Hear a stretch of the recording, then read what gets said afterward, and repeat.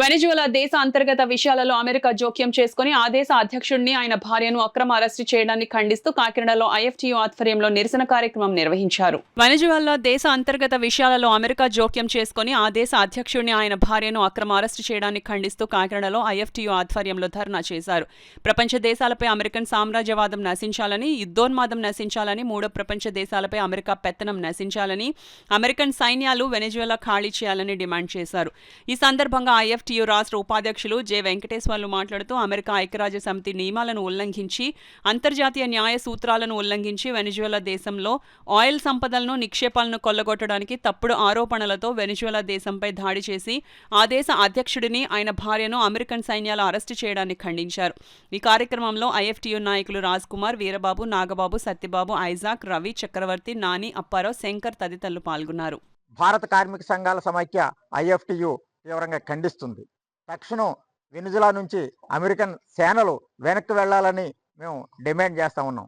ఏదైతే అమెరికన్ సామ్రాజ్యవాదం కారణంగా ప్రపంచ దేశాలు ఆర్థిక సంక్షోభంలో చిక్కుకున్నాయి, తన యుద్ధోన్మాదం కోసం, తన ఆయుధ వ్యాపారం కోసం ఈరోజు ప్రపంచ దేశాల మీద యుద్ధాలకు పాల్పడతా ఉంది. ఈ చర్యల్ని తీవ్రంగా ఖండిస్తూ ఉన్నాం.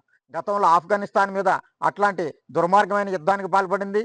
అదేవిధంగా ఇరాక్ మీద, ఇరాన్ మీద, సిరియా మీద, లిబియా మీద, ఇట్లా అనేక దేశాల మీద అమెరికా తన సామ్రాజ్యవాద దురాక్రమణలకే పాల్పడుతూ ఉంది.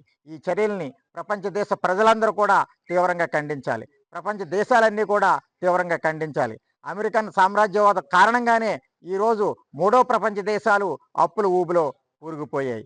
ఈరోజు నిరుద్యోగం పెరుగుతుంది, పేదరికం పెరుగుతుంది, అసమానతలు పెరుగుతూ ఉన్నాయి. దేశాల్ని పెద్ద దేశాలు ఆక్రమిస్తూ ఉన్నాయి. చిన్నవాళ్ళని, పేదవాళ్ళని పెద్దలు దోసుకుంటూ ఉన్నారు. సంపద కొద్ది మంది దగ్గర పోగుపడతా ఉంది. ఇట్లాంటి చర్యలను తీవ్రంగా ఖండిస్తూ ఉన్నాం. అమెరికా అనుసరిస్తున్న యుద్ధోన్మాద చర్యల్ని తీవ్రంగా ఖండిస్తూ ఉన్నాం. తక్షణం వెనిజులా అధ్యక్షుడిని విడుదల చేయాలి, ఆయన భార్యని విడుదల చేయాలి. వెనిజులా నుంచి అమెరికా సేనలు వెనక్కి వెళ్ళాలని చెప్పేసి మేము డిమాండ్ చేస్తా ఉన్నాం.